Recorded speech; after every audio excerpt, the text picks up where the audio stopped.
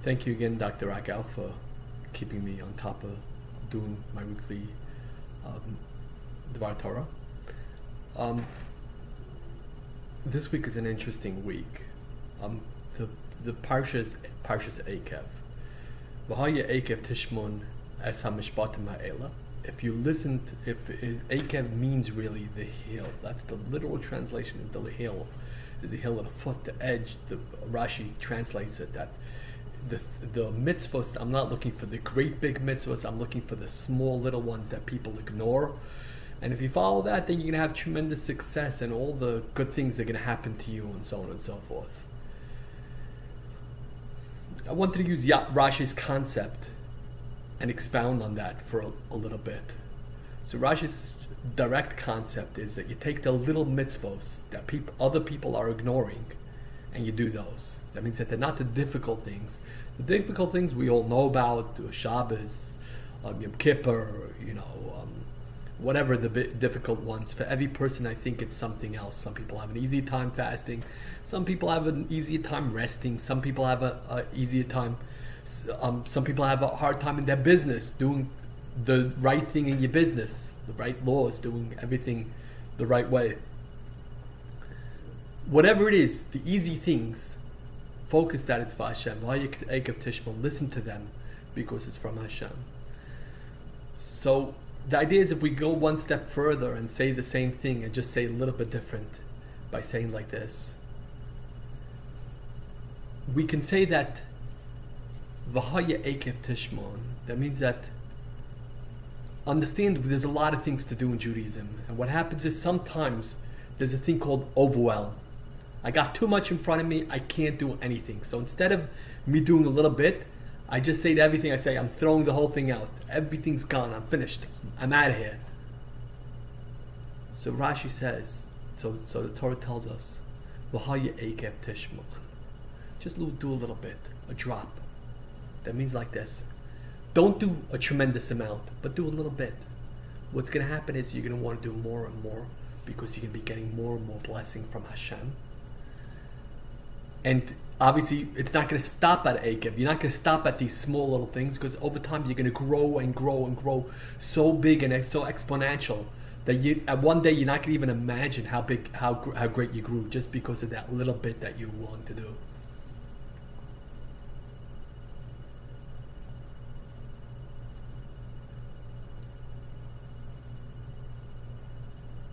My father actually once had a story, an interesting story. Not exactly perfectly fit into this Dvar Torah, but maybe a little bit. He went somewhere and there was a person that was blocking the sink, was in the way, or whatever the story was, of the sink that my father had to use. And the person moved out of the way, and my father said, Yasher Koyach. And the person said, excuse me, what did you say? What are you saying? And my father responded, we say Yashikayach, means God should replenish all that energy that it took for you to do what you did. God should replenish for you, replenish it for you. My father, in his great way, would always invite everybody for Shabbos. Whenever he saw somebody who was a Jew, looked like a Jew, and he was always right. He always got the people because they were always Jews. Even if they didn't admit it, eventually they admitted it after talking to him for a few minutes that their mother's Jewish.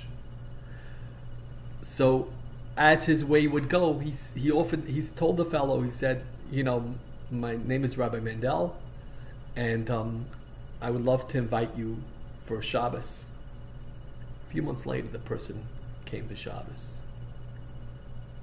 My father obviously gets a phone call and the person comes for Shabbos. I don't think if my father would have told the person to be religious that moment, the person would have actually decided to be religious. But what happens is over time the person started coming for Shabbos regularly, and then he became friends with my father.